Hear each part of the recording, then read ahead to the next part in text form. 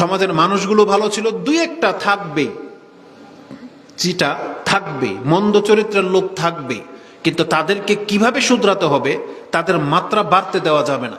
রাসূলুল্লাহ সাল্লাল্লাহু আলাইহি ওয়াসাল্লাম কোন একদিন বাজারে গেলেন এবং একটা খাদ্যের স্তূপ দেখতে পেয়ে তাতে হাত ঢুকালেন। সে হাদিস আপনারা জানেন।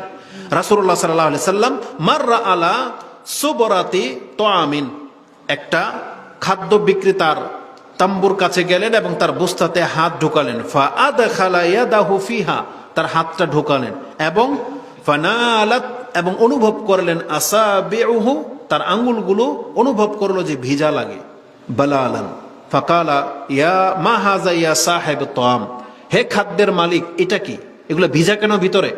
তখন বলতেছে আসাবাতহু আসসামা ইয়া রাসূলুল্লাহ, বৃষ্টির পানি পড়েছিল। তখন রাসূলুল্লাহ সাল্লাল্লাহু আলাইহি ওয়াসাল্লাম তাকে বলেছিলেন কালা আফালা ইয়াজআলতা ফাওকা তাআম, তো ভিজাগুলা খাদ্যের উপর কেন রাখলে না? যদি তুমি এটা করতে কাইয়ারাহুন নাস, তাহলে মানুষ এটা দেখে কিনতো। তখন রাসূলুল্লাহ সাল্লাল্লাহু আলাইহি ওয়াসাল্লাম একটা বাক্য উচ্চারণ করেছিলেন, তিনি বলেছেন মান গাশশা ফালাইসা মিন্না, যে ব্যক্তি ধোঁকা দেয় সে কোনোদিন আমার দলের অন্তর্ভুক্ত হইতে পারবে না। মানে সে কোনোদিন আমার দলের অন্তর্ভুক্ত হইতে পারবে না। তার মানে আমার দলের অন্তর্ভুক্ত হইতে গেলে ধোঁকা দেওয়া ছাড়তে হবে।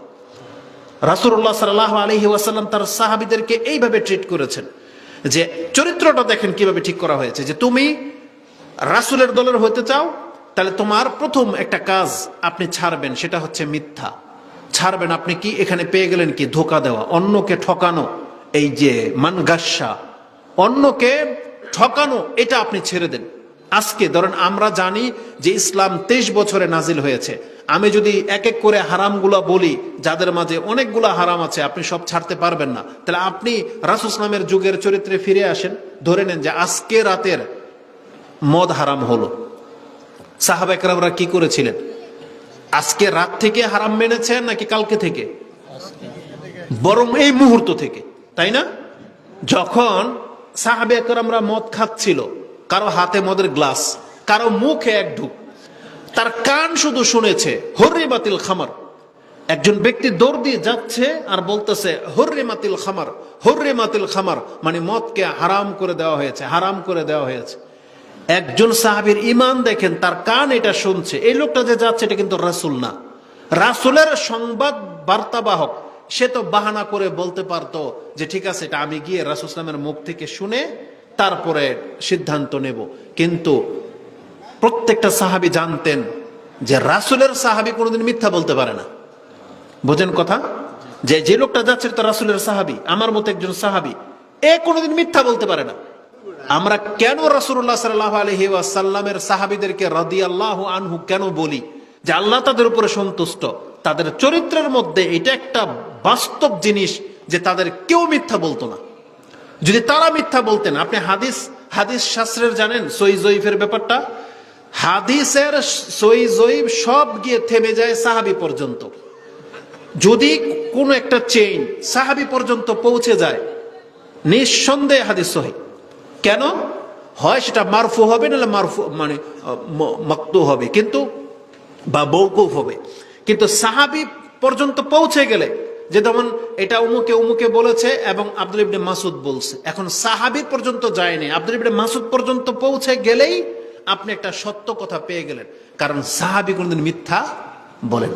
মানে সাহাবীদের পুরো টিমটা সম্পর্কে কত, মানে আল্লাহ সুবহানাহু ওয়া তাআলা তাদেরকে কিভাবে সৃষ্টি করেছেন এই জমিনে, তারা কারা ছিলেন আমাদের পূর্বসূরীরা, যে তাদের একটা লোক কোটি টাকা নষ্ট হয়ে যাবে, ইজ্জত সম্মান সব নষ্ট হয়ে যাবে, কিন্তু মিথ্যা বলতো না। এটা রাসূল সাল্লাল্লাহু শিক্ষা দিয়ে সাকসেস হয়েছিলেন যে আমার সাহাবী একটা মিথ্যা বলে না, কারণ এটা আল্লাহর বান্দা। কারণ রাসূলুল্লাহ সাল্লাল্লাহু আলাইহি ওয়াসাল্লাম একদিন বলতেছে যে ইয়া রাসূলুল্লাহ, যে মুমিনরা কি জিনা করতে পারে? বলছে হ্যাঁ পারে।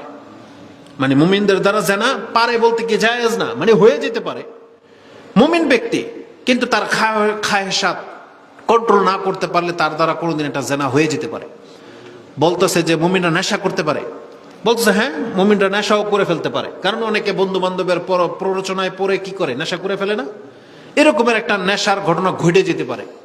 বলছে তাহলে মুমিনরা মিথ্যা বলতে পারে? রাসূল সোজা হয়ে বসছে, মানে এতক্ষণ হেলান দেওয়া অবস্থায় ছিল, তখন তিনি সোজা হয়ে বলতেছে, তখন রাসূল সাল্লাল্লাহু আলাইহি ওয়াসাল্লাম বলছে, লা ওয়াল্লাহ, মুসলিম কোনদিন মিথ্যা বলতে পারে না।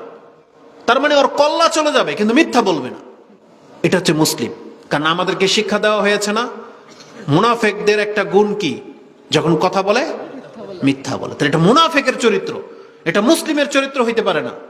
আল্লাহ সুবহানাহু ওয়া তাআলা কি বলেছেন, ওয়াইবাদুর রহমান, দয়াময়ের বান্দা তারা যারা কোনদিন মিথ্যা বলে না, তারা হতেই পারে না দয়াময়ের বান্দা, তারা হতেই পারবে না যারা মিথ্যা বলে। আল্লাযীনা লা ইয়াশহাদুনা যুর, আল্লাহ কি বলেছেন সূরা ফুরকানে আপনি পেয়ে যাবেন, 25 নম্বর সূরার 70-এর পরে গেলে পাবেন, সম্ভবত 72-73 এই আয়াতটা রয়েছে। আল্লাহ বলেছেন দয়াময়ের বান্দা তো হবে তারা, লা ইয়াশহাদুনা যুর, তারা কোনোদিন মিথ্যা সাক্ষী দেয় না বা মিথ্যার সাক্ষ্য হয় না, মানে কোনো মিথ্যা কাজের সাথে তারা জড়ায় না। লা ইয়াশহাদুনা যুর। তো মানে আল্লাহ সুবহানাহু ওয়া তাআলা আমাদেরকে যে শিক্ষাটা দিতে চেয়েছেন, আজকে আপনার সমাজ ব্যবস্থাকে ভালো করতে পারবেন আপনি মিথ্যা বলা ছেড়ে দেন, আর এই যে ধোকা দেওয়া ছেড়ে দেন। মানুষ মিথ্যা বলে ধোকা দেয়। কি মিথ্যা বলে ধোকা দেয়?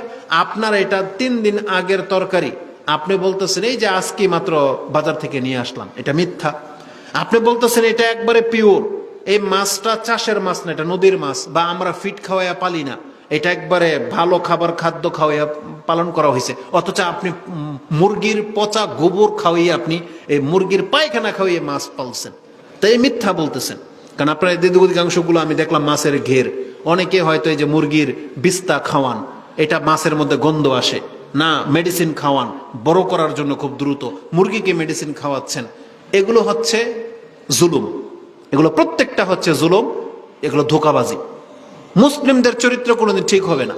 আজকে একটা সূক্ষ্ম কথা বলে দেই, আপনি নিজেকে খুব চালাক মনে করতেছেন, আপনি কেন ভুলে গেলেন আপনি যেভাবে মুরগি মাছ পালন করেন দুর্নীতি করে, তার মানে আপনার কাছে যেই কাপড়টা বিক্রি করেছে ও যে সাধু, এটা আপনি কিভাবে বুঝলেন?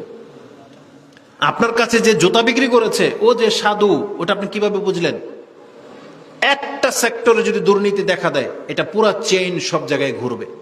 যখন একটা মুচিওয়ালাও দেখবে, আরে পোশাক ওলায় তো এত টাকা কামাচ্ছে, তাহলে আমি বসে কেন থাকবো, আমাকে যদি এত টাকা দাম পোশাক কিনতে হয় তাহলে আমার জুতার দাম বেড়ে যাবে। এখন আপনি যদি জুতা কিনতে গিয়ে এত টাকা লাগে, আপনি বলতেছেন তাহলে আমার এই যে ফার্মের মুরগি, তাহলে আমি কম দামে বেচলে খাবো কি, বাড়াই দিবেন। আপনি যখন মুরগি বেশি দামে বিক্রি করবেন, ফিটওয়ালা বলবে ওরা এত টাকা লাভ করবে, তা আমি বাড়াবো না কেন, সেও বাড়াবে। মানে প্রত্যেকটা চেইনের মধ্যে বেড়ে যাবে। একটা জায়গায় যদি ফল্ট দেখা দেয়, একজনে মিথ্যা বললে এই মিথ্যাটা একবার রাষ্ট্রপ্রধান পর্যন্ত চলে যায়। আর আমাদের এত দুর্ভাগা জাতি আমরা, যে আমাদের নেতারাই মিথ্যা বলে, তাহলে ছোটদেরকে আর ধমক দিয়ে কি লাভ হবে? নেতা রাষ্ট্রপ্রধান মিথ্যা বলে, বুঝেন না? অথচ এটা কত বড় পাপ। রাসূলুল্লাহ সাল্লাল্লাহু আলাইহি ওয়াসাল্লাম বলেছেন 3 ব্যক্তির দিকে আল্লাহ তাকাবে না, তার মধ্যে একটা হচ্ছে মালিকুন কাজ্জাব, যে রাষ্ট্রের মালিক হওয়ার পরেও প্রজাদের সাথে মিথ্যা বলবে। এই ব্যক্তিদের সাথে আল্লাহ সুবহানাহু ওয়া তাআলা কিয়ামতের দিন তাকাবে না, আল্লাহ ঘৃণা করে এই ধরনের ব্যক্তিকে। একটা বাগানের মালিক, ধরেন আপনার অনেক সম্পদ, আপনার কাছ থেকে একটা ফল চাওয়া হয়েছে, আপনি ওরা দিবেন না বা মিথ্যা বলবেন, এটা আল্লাহ ঘৃণা করে। আরে তুই তো মালিক, একটা রাষ্ট্রের মালিক, ওকে কে বিচার করবে? ওর মিথ্যা বলার দরকার কি? কিন্তু আমাদের নেতাগুলো মিথ্যা বলে, এটা মস্ত বড় পাপ। তো মিথ্যা সমাজকে ধ্বংস করে দেয়, ধোঁকা সমাজকে ধ্বংস করে দেয়। রাসূল বলেছেন মান গাশশা ফালাইসা মিন্না, যারা ধোঁকা দেয় তারা আমাদের অন্তর্ভুক্ত না।